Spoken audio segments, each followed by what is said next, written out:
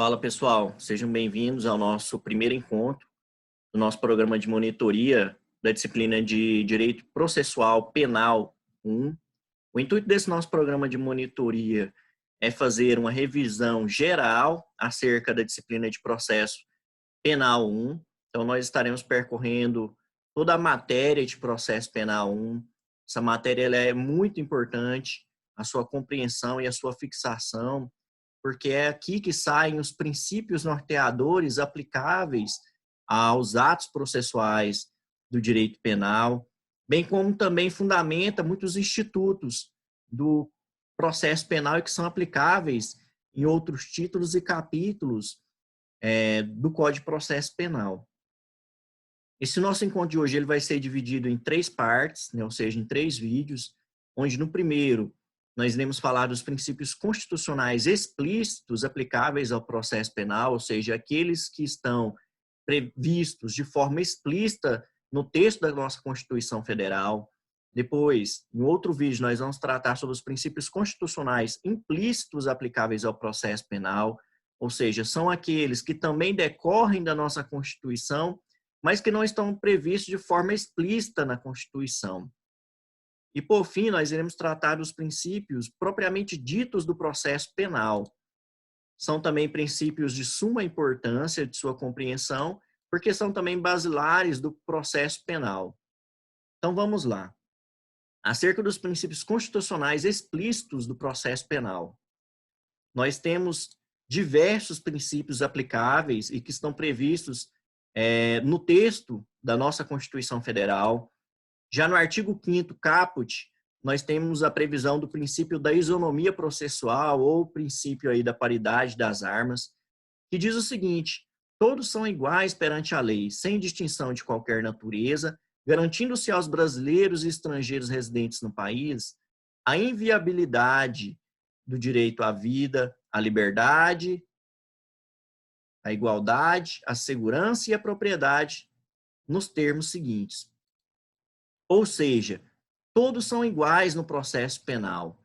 O que o legislador buscou aqui foi garantir, como o próprio nome do princípio sugere, uma paridade de armas, ou seja, uma igualdade, para que não houvesse tratamento distinto dentro do Código de Processo Penal, dentro dos atos processuais penais. Então, todos são iguais perante a lei e devem ser, dessa forma, tratados de forma igual ao longo do processo penal. O princípio do devido processo legal, ele é um princípio amplo e dele decorrem vários outros princípios. Está previsto na nossa Constituição, através do artigo 5º, inciso 54, que diz o seguinte: ninguém será privado da liberdade ou de seus bens sem o devido processo legal. Veja bem, do princípio do devido processo legal, decorrem uma série de direitos para o réu. Entre eles, o direito de ser ouvido pessoalmente, que nós veremos posteriormente compreendido aí como o direito de audiência. Também o direito de arrolar testemunhas, o direito de contradizer todas as provas e argumentos da acusação, né, sob pena de nulidade, caso não seja possibilitado a ele esse meio. A obediência ao rito previsto na lei processual, ou seja, a lei processual, ela tem um rito a ser seguido. E uma vez que esse rito ele não seja seguido conforme previsão legal, decorre aí também de uma grave infração ao devido processo legal. E a doutrina compreende essa obediência ao rito previsto na lei processual legal como um devido processo legal em sentido formal. Também temos a proporcionalidade nas ações do Estado, ou seja, o indivíduo ele tem o direito de que o Estado ele age de forma proporcional, ou seja, o Estado não pode agir de uma forma desmedida, de uma forma que não permita a ele se defender, que não permita a ele ter um processo que seja capaz de assegurar sua inocência. E a doutrina compreende esse fenômeno como um devido processo legal em sentido material. O terceiro princípio é o princípio do contraditório e ampla defesa. Está previsto no artigo 5º, inciso 55, e diz o seguinte: aos litigantes em processo judicial ou administrativo, e aos acusados em geral são assegurados o contraditório e ampla defesa, com os meios e recursos a eles inerentes. Então, veja bem, do princípio do contraditório e ampla defesa, ele se desmembra em duas partes, o contraditório e a ampla defesa. No contraditório, nós temos que esse princípio ele pode sofrer limitações nas decisões onde o juiz ele não possa esperar a manifestação do acusado ou a ciência do acusado ela possa implicar em uma frustração da decisão. Um exemplo disso seria a decretação de uma prisão preventiva. Veja bem, uma decretação de uma prisão preventiva, o que pode acontecer? Isso pode acarretar em uma fuga aí daquele investigado. Então, muitas vezes acontece que o juiz ele decreta de ofício, sem ouvir o investigado, a prisão preventiva, e posteriormente esse investigado ele terá uma audiência, né, ou seja, ele terá um encontro pessoal aí com o juiz, e aí sim lhe será assegurado o contraditório, posteriormente, caso haja uma ação penal em seu desfavor. Nós temos aí também a ampla defesa. E na ampla defesa, é importante dizer que não basta dar ao acusado a ciência das manifestações da acusação, e também facultar-lhe se manifestar, se não lhe forem garantidos os instrumentos necessários para isso. Então, veja bem, para que a ampla defesa possa acontecer, é preciso que o réu ele tenha uma defesa técnica, e aqui é importante dizer que o réu não pode abrir mão dessa defesa técnica. A defesa técnica é essa que é exercida através de um advogado, e está prevista também na nossa Constituição, onde diz o seguinte: o Estado prestará assistência judicial integral e gratuita aos que comprovarem insuficiência de recurso. Então, veja bem, se o indivíduo não tem condição financeira de ter um advogado, de ter essa defesa instruída por um advogado, o Estado deve garantir a esse indivíduo uma assistência jurídica gratuita, porque o processo não pode continuar, não pode começar sem que seja garantida a esse indivíduo uma ampla defesa técnica. O princípio da autodefesa, né, que decorre aí do princípio da ampla defesa, que, diferente da defesa técnica, aqui o réu pode abrir mão desse direito. Desse direito da autodefesa, decorrem outros direitos, como o direito da audiência, ou seja, o indivíduo tem o direito de estar diante da presença do juiz, né, de forma ali oral, ter essa audiência com o juiz, o direito de presença, ou seja, o indivíduo ele tem o direito de estar presente, caso ele deseje, por exemplo, na reconstituição de provas, e entre outros momentos de constituição de provas e de atos processuais. A capacidade postulatória autônoma e excepcional. Veja bem, o acusado ele tem legitimidade recursal, ou seja, ele pode recorrer mesmo que o seu defensor não recorra. Nós temos essa previsão legal no artigo 577 do Código de Processo Penal. Então, ainda que o advogado desse indivíduo não recorra de algum ato processual, de alguma decisão do magistrado, o indivíduo ele tem essa capacidade postulatória autônoma, excepcional. Já o princípio da plenitude da defesa, ele que está previsto de forma explícita na nossa Constituição, quando vem tratar do Tribunal do Júri, que diz o seguinte: reconhecida a instituição do Tribunal do Júri, a organização que lhe der a lei, assegurados a plenitude da defesa. Ou seja, o indivíduo ele pode usar de todos os meios legais, e aqui parte da doutrina entende até que ele pode usar até mesmo de um meio ilegal e de uma prova ilegal, caso seja essa prova ou esse meio o único capaz de assegurar a sua inocência, de comprovar a sua inocência, né? Então, o princípio da plenitude da defesa compreende ao indivíduo esse direito de agir com todas as armas necessárias e capazes, suficientes, para que lhe seja assegurada a sua capacidade de comprovação de inocência. Então, veja bem, no princípio do contraditório e ampla defesa, nós temos o contraditório, que pode sofrer limitações, a ampla defesa, aqui, que compreende defesa técnica, feita por um advogado, a autodefesa, que compreende do próprio indivíduo, né, que está ali sofrendo uma acusação no processo, e a plenitude da defesa, que é utilizar-se de todos os meios necessários e legais, e aí parte da doutrina, conforme eu disse, compreende até atos ilegais, caso sejam os únicos suficientes, de comprovar a sua inocência. Temos também o princípio da presunção de inocência, ou da não culpabilidade, que decorre do artigo 5º, inciso 57, que diz o seguinte: ninguém será considerado culpado até o trânsito em julgado em sentença penal condenatória. Veja bem, desse princípio decorre o ônus da prova que cabe ao acusador, ou seja, ao Ministério Público, aqui no caso.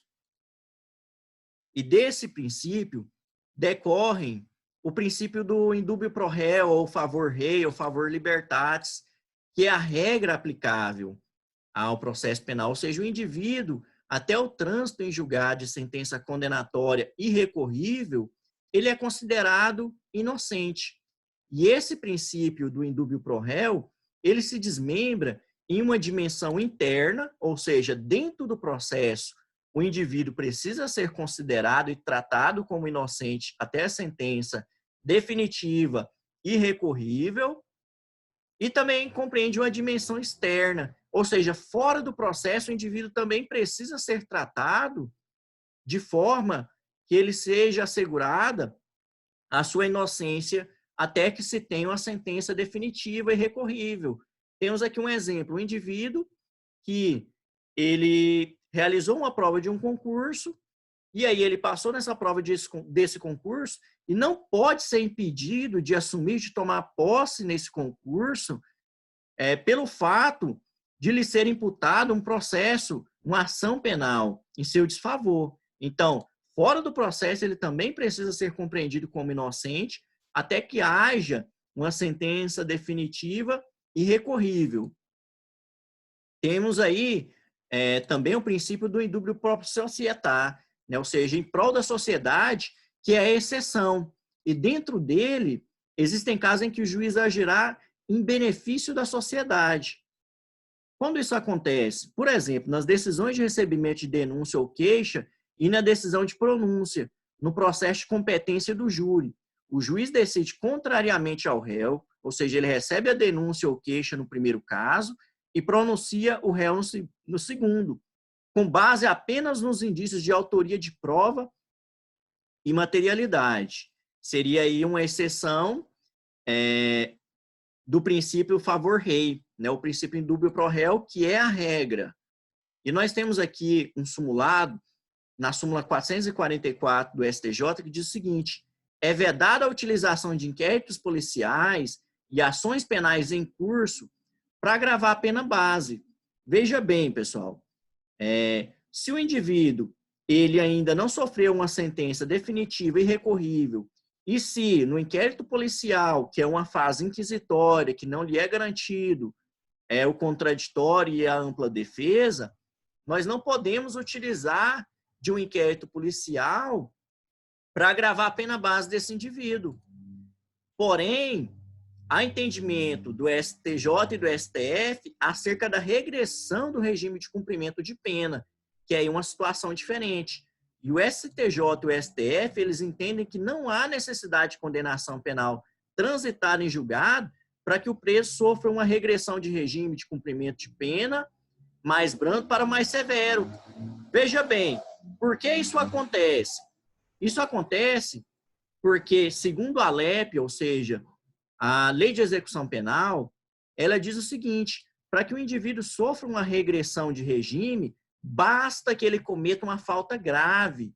E essa falta grave, ela, apesar de passar pelo princípio do contraditório e da defesa, basta que ela aconteça para que o indivíduo sofra essa regressão. Então, não vai haver a necessidade de se culminar e de se finalizar um processo em desfavor desse réu para que ele possa sofrer uma regressão de regime. No princípio da obrigatoriedade de fundamentação das decisões judiciais e princípio da publicidade, nós temos o seguinte: todos os julgamentos dos órgãos do judiciário serão públicos e fundamentadas todas as decisões sob pena de nulidade, podendo a lei limitar a presença em determinados atos às próprias partes e seus advogados, ou somente a estes em casos aos quais a preservação do direito à intimidade do interessado no sigilo não prejudique interesse público da informação. Então, veja bem, a publicidade é a regra no processo penal. Já o sigilo é a exceção. O sigilo vai acontecer naqueles casos em que haja uma exposição e haja uma preservação do direito à intimidade do interessado e das partes no processo penal. Porém, ainda nesse caso, é preciso assegurar que o advogado da parte, ou seja, que o advogado do réu, ele tem acesso aos autos desse processo. Por quê? Porque só assim ele vai poder se defender, só assim vai ser possível lhe garantir o contraditório e ampla defesa. E aí eu trago aqui uma observação. As decisões proferidas no tribunal do júri não são fundamentadas. Veja bem, a regra também é a fundamentação feita pelo juiz de qualquer decisão que ele tome no processo penal. Porém, o tribunal do júri é uma exceção porque os indivíduos do tribunal do júri, eles não possuem uma competência técnica para tal. Então, daí o porquê de ser considerada essa exceção. E aí eu trago aqui também alguns outros comentários. Aos procuradores das partes, nunca se pode negar a publicidade dos atos, conforme eu disse anteriormente. Temos também o princípio do juiz natural, que diz o seguinte: ninguém será processado nem sentenciado senão pela autoridade competente. Trata-se de um princípio que remonta ao direito anglo-saxão, fundado na ideia básica de vedação da existência de tribunais de exceção. Então, um princípio bem direto, bem simples de compreensão. O princípio da vedação das provas ilícitas, que decorre do artigo 5º, inciso 56, que diz o seguinte: são inadmissíveis no processo as provas obtidas por meios ilícitos. E aí eu remonto o que eu disse anteriormente, né, que parte da doutrina entende que se essa prova ela é a única capaz de provar a inocência do réu e do indivíduo, ela pode ser aceita no processo. E aí, dessa proibição do uso de provas ou meio ilícitos, nós temos a teoria dos frutos da árvore envenenada. Ou seja, acontece o seguinte: se esse indivíduo ele utilizou-se de um meio ilícito ou de uma prova ilícita em alguma fase do processo, em algum meio probatório do processo, todos os outros atos que decorrerem diretamente dessa prova ou desse meio ilícito, eles serão considerados inválidos, nulos. Por quê? Porque aquele meio de prova, porque aquela prova, ela era proibida no processo. Então, disso decorre a teoria dos frutos da árvore envenenada. Atenção! A doutrina admite o uso de provas ilícitas, quando essa for a única forma de se obter a absolvição do réu, conforme eu alertei anteriormente. Por fim, dos princípios explícitos constitucionais aplicáveis ao processo penal, nós temos o princípio razoável da duração do processo, que decorre também do artigo 5º e diz o seguinte: a todos no âmbito judicial e administrativo são asseguráveis a razoável duração do processo e os meios que lhe garantam a celeridade de sua tramitação. Isso aqui decorre de uma emenda constitucional 45 de 2004, que veio assegurar que o processo ele pudesse acontecer de uma forma mais célere, porém, sem inviabilizar ao indivíduo, ao réu, que ele seja capaz de ter aí todos os instrumentos necessários e meios necessários para assegurar a sua inocência, ou a parte da acusação também para que ela possa ali levar ao processo, ao conhecimento do juiz, ao conhecimento da justiça, o que é necessário para o andamento desse processo. Então, conforme eu disse, isso decorre da Emenda Constitucional 45 do ano de 2004. Então, pessoal, acerca dos princípios constitucionais explícitos são esses, né, conforme eu disse, princípio da isonomia processual, paridade das armas, princípio do devido processo legal, princípio do contraditório e ampla defesa, princípio da presunção de inocência, princípio da obrigatoriedade da fundamentação de decisões e publicidade, o juízo natural, a vedação de provas ilícitas, e aí atenção para que a doutrina traz como exceção, e a razoável duração do processo. Então, dessa parte dos princípios explícitos é isso. Vou encerrar aqui e aí eu retorno em um outro vídeo, onde nós vamos tratar dos princípios implícitos aplicáveis ao processo penal.